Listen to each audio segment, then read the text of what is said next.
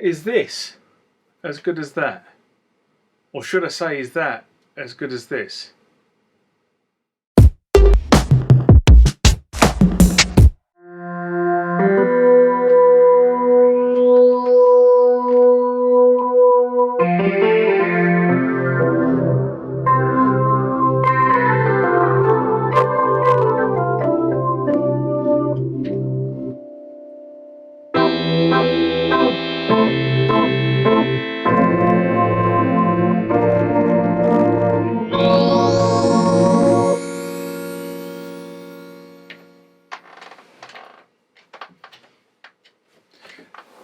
So for this experiment, and because the wires don't reach, I didn't realise I had it here. Actually, I'll be brutally honest with you, I didn't realise this was here. For some reason it never got took back to the lockup, so it has actually been on the shelf here. And I only came across it a couple of minutes ago when I was looking for something else. But it's here, so I thought I'd use it. So what I've got is I've got this hooked up to that speaker. So if I turn this down, that's the JU-06A, the Roland Boutique. And if I turn this down and turn this up,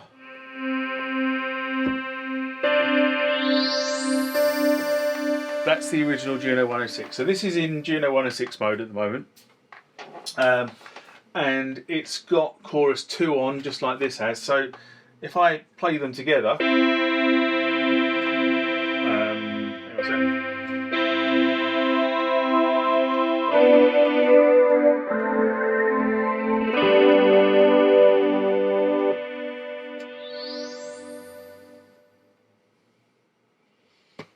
they're not far apart.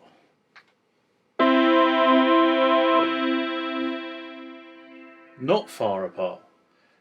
Now, admittedly, you're not getting the stereo effect for this. So what we're going to do is we're going to move the camera so that you're looking over here and you'll get much more of the stereo sweep of what's coming out of the left and right speakers here, which, as I said, this one's over there and this one's over here.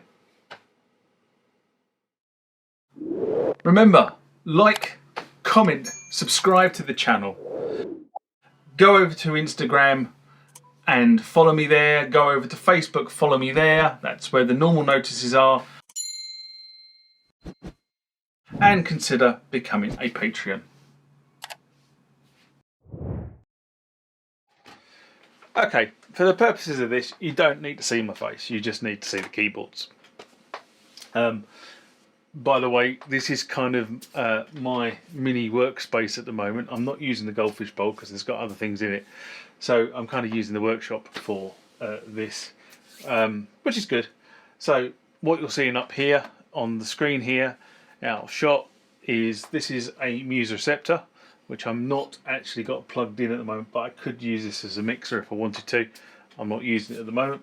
And as I said, this one has the left and the right speakers, so that one's on my right and the big keyboard is on my left, but the keyboard is powering both these devices. So let's go looking for some sound, shall we? Let's go up into the 70s. What the attack switch is not. Okay, so I want to be on 70, so I need to go to 4. No, 1.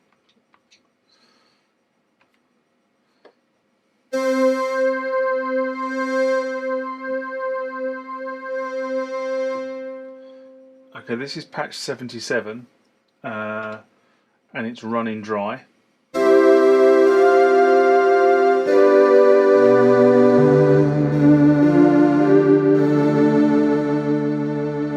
can still hear that issue with that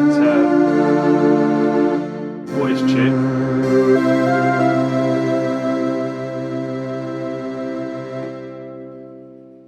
Now if we engage chorus on both devices,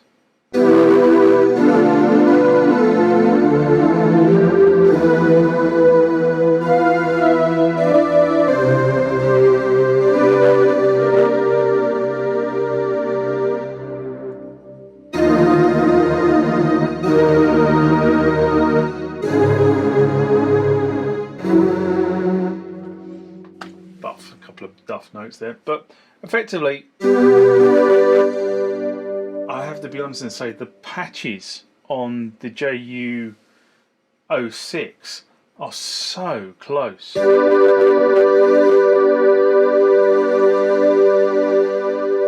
I would actually turn around and say there's a little bit more high pitch on the 106 than there was,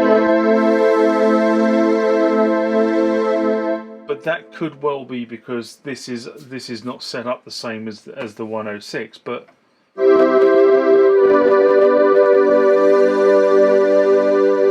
you can definitely hear the sound between the two is very, very close. It's the first time I've ever sat down and actually done a direct comparison between the the JU-06A and the 106. It's the first time I've really had a 106 to actually compare it with. So this is just quite interesting. Let's have a look at patch 27, shall we? Push 27.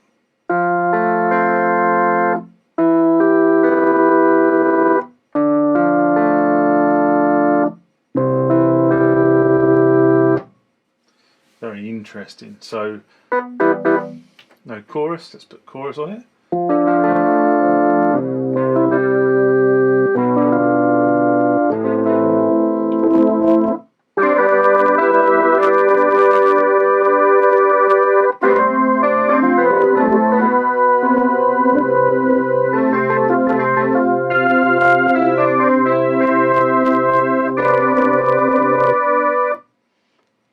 Very, very, very close.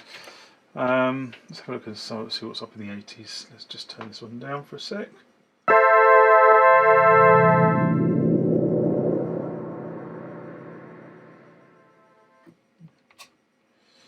am I up on? 87.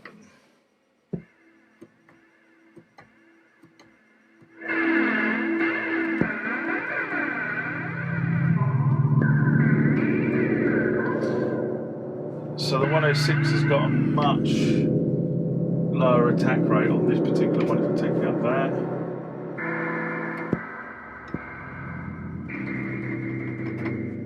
that's not the same sound. That is not the same sound. Let's go to.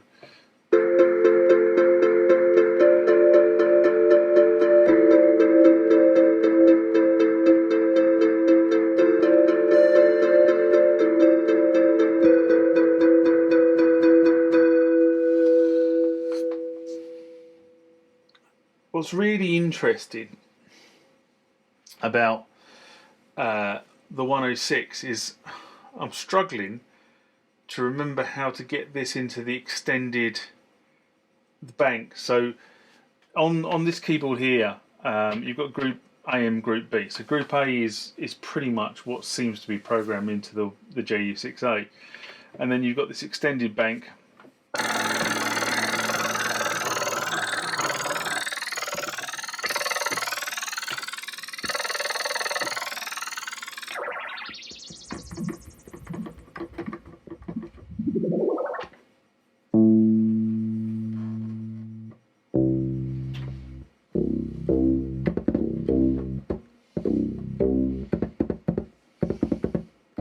That's the voice.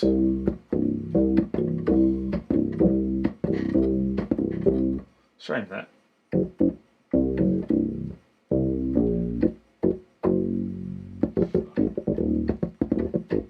Yeah, very real shame that voice is not working properly. But I can't remember how to get this into that mode. That's a bit of pain, isn't it? Now, what's really interesting about this little box is that obviously it mirrors the Juno-106. So if we look across the top here, we've got the LFO. There's the LFO. Then we've got the DCO with the ranges and the envelope and the waves. And you've got those here with these buttons like that, and whatever waves you want to put onto it. And then we go for the high pass filter. There's the high pass filter, look at that, wonderful. And then we've got the VCF, and they're all the sets of the VCF, exactly the same as this. Then we've got the VCA, and we've got the envelope generator. So they're all along this top section. So it pretty much has the same input as this thing does. If I just flip them all down to 0, what we should have is not a lot. And there we go, we don't have a lot in terms of noise. But if we were to take, I've got to just move the knobs around because you've got to override what's already going on. When we turn this one up, you can hear that you're getting virtually nothing on both boxes, which is kind of interesting, but we want to sort of like give it something. So if I give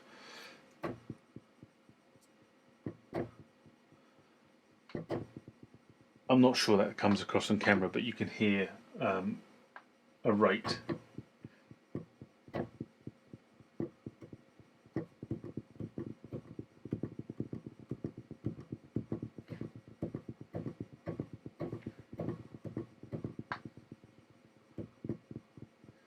Let's give it an envelope and 16 and that one.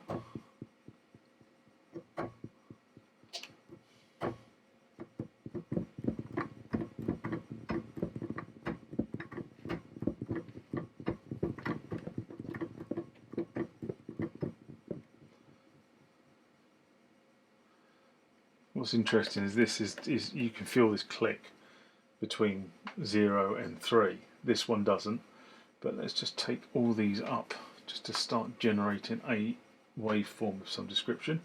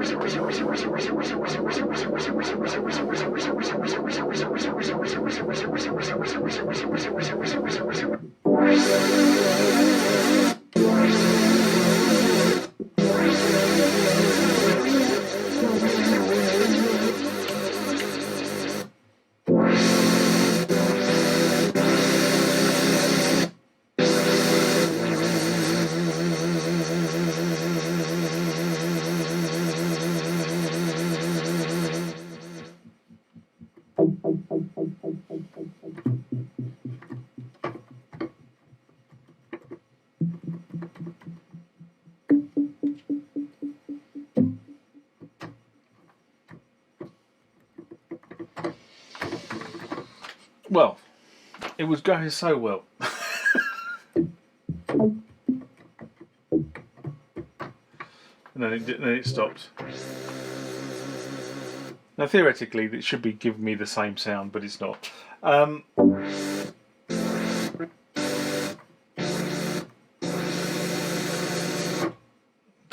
Very, very interesting little experiment. Okay, that experiment didn't quite work the way I wanted it to work, but hey ho. So let's go back to a sound.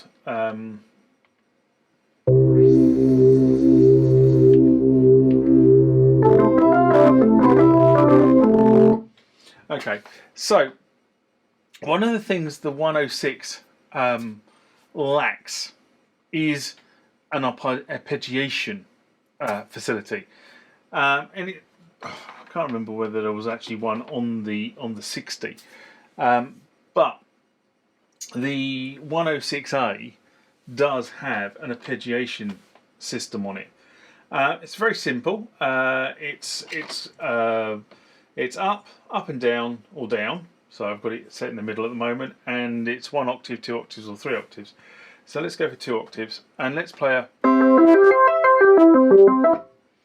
So this is really interesting because I'm playing the same sound on both this and that, but this one is a static sound, which is, give it some chorus, shall we just give it some welly? Right, there you go, that's the static sound, and we'll give it a little bit more volume. Okay, so just a plain C chord, and if we now put this in,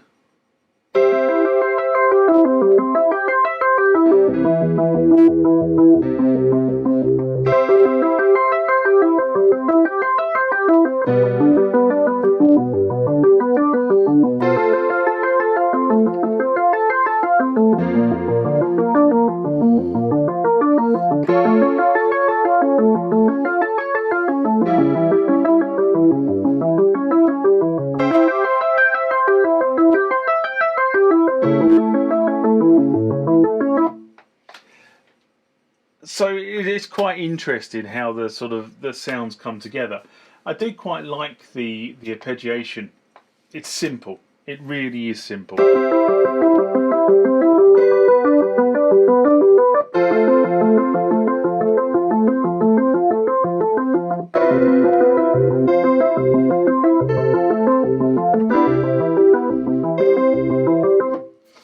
It's as I say, I mean, if you go and look at the Jupiter X, for argument's sake, the arpeggiation of the Jupiter X is incredibly complex. It ranges from simple to complex, but this little device here, it's incredibly simple. So what I think, you know, they've done between here and here, I'm very impressed with the sound of this against this, in terms of, I think this is slightly brighter, I have to be honest, but the sound, the tonal quality of this JU-06A and the original Juno-106 is damn close, damn close. That's the way I would put this, and therefore I'm really impressed. And then what I'm quite impressed with is the fact that the obviously they've got the ability to create a sound from scratch with the faders. But the other thing I'm quite impressed about with this is that they've actually, somebody has thought about what this was lacking. And as I say, there was a sequencer that went with the Juno range that would plug into this. There were lots of hardware driven sequencers around the time, but there was one specifically crafted for the Juno range. But I do like the fact that there is a not only is there a step sequencer in here, which I'm not going to play with this evening, I have to be honest, but they've also got this arpeggiator, which is relatively simple.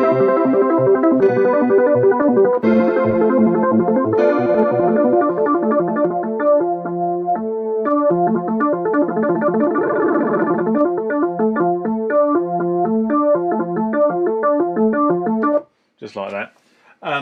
And I say it's incredibly simple, but it's quite effective for some things that you might want to do.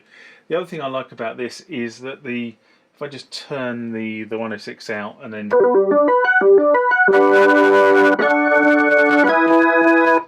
it will play an entire chord based on the note you're playing. So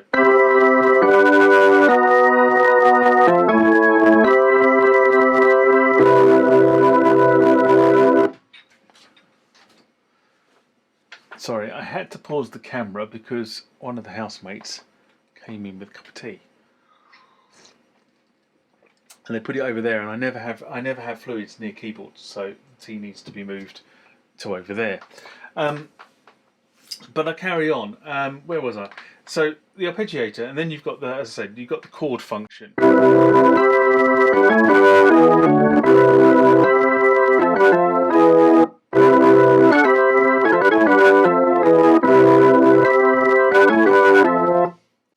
Which, all right, it only plays major chords, but it's actually quite a nice feature. Then you've got the ability to hold a note. Sorry, wrong one. Let's try that one.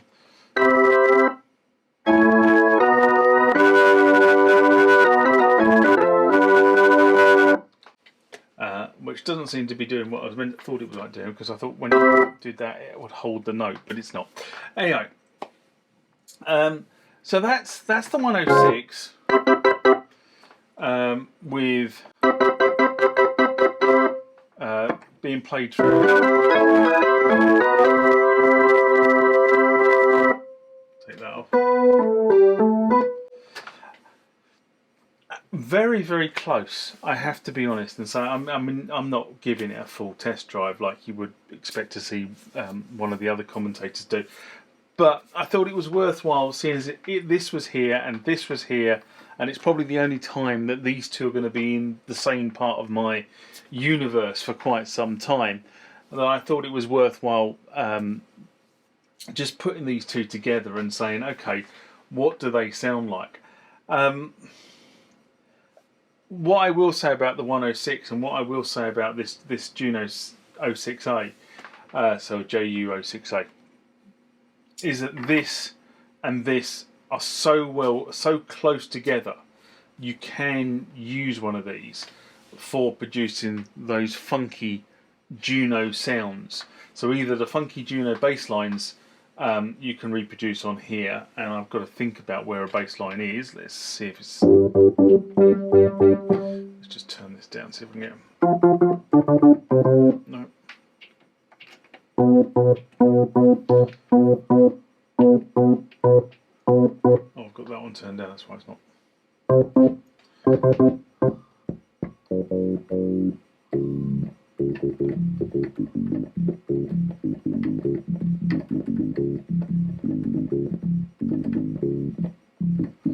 So you got that kind of, let's try that 68. What's that? Ba-dum-ba-dum. 6 and 8. Turn the volume down here. Turn the volume up here.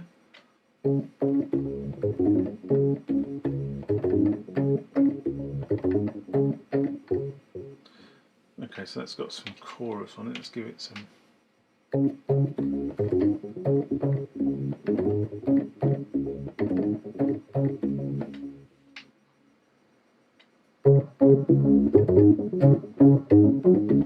Not overly, that's not overly brilliant, is it? Let's try.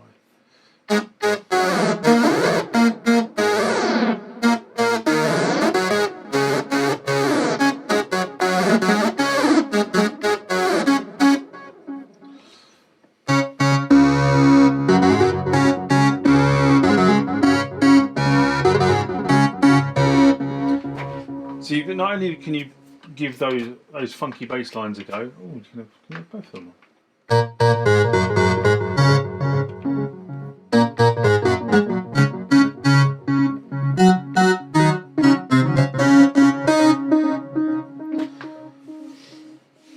Very interesting. What have we got?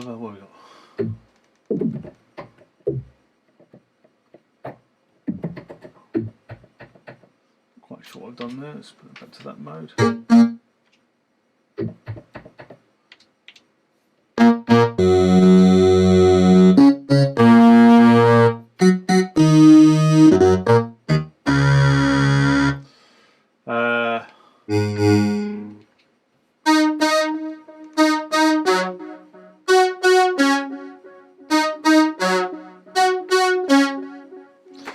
So you've got the bass lines that could come off this quite easily and substitute for this. I'm pretty impressed with how close the two are. But you've also got the sort of those sort of swell sounds that were indicative of this machine. So.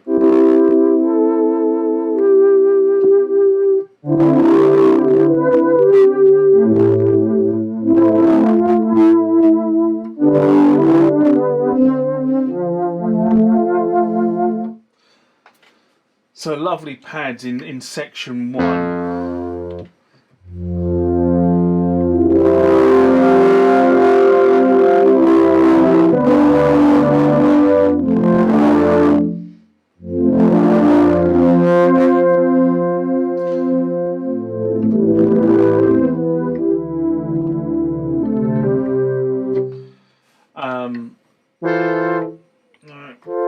No, let's have a look.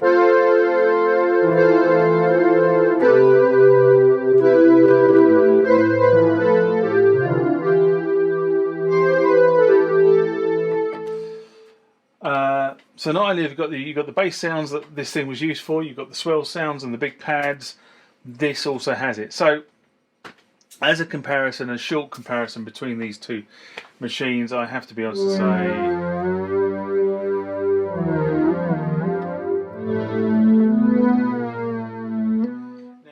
okay, in terms of functionality, this is far more functional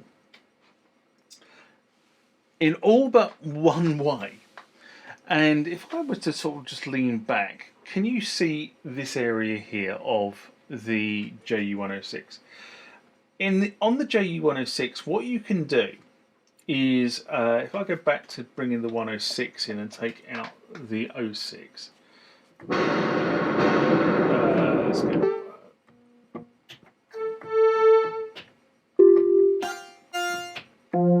That's good. Okay, so that's a warm pad. Let me give it a little bit more volume. There you go. That's a pad. Okay, but on the 106, which I can't see how you do it on the 06, you had this little section here that allowed you to actually change what the modulation was doing when you started mucking around with the bender. So you've got three faders here. One goes to the LFO, one goes to the VCF, and one goes to the DCO. So if I click that in,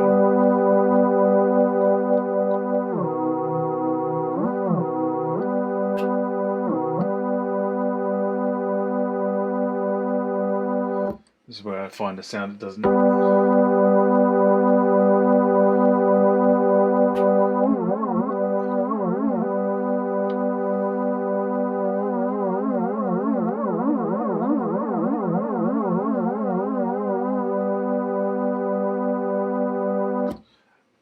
Okay, so I found a sound that the VCF and the DCO don't work on this, but effectively the LFO, by using the bender, I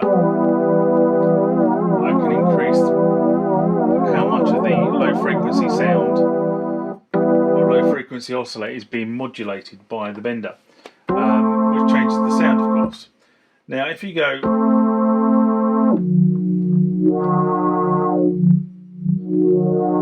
so this is changing how much of the bender, how much of the VCF is now being changed.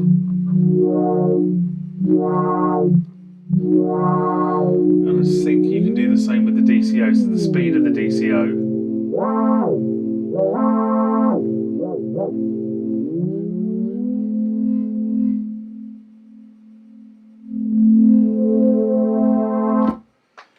Now that one feature is not on here. So if you want that feature, you need a 106.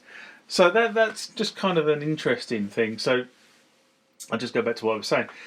This is far more functional, but it does lack this sort of kind of area of the 106 that is not covered on this particular unit. There you go. That's the Juno-106 and the JU-06A. And on that note, I'm going to say live long and prosper, and I'll see you on the next video.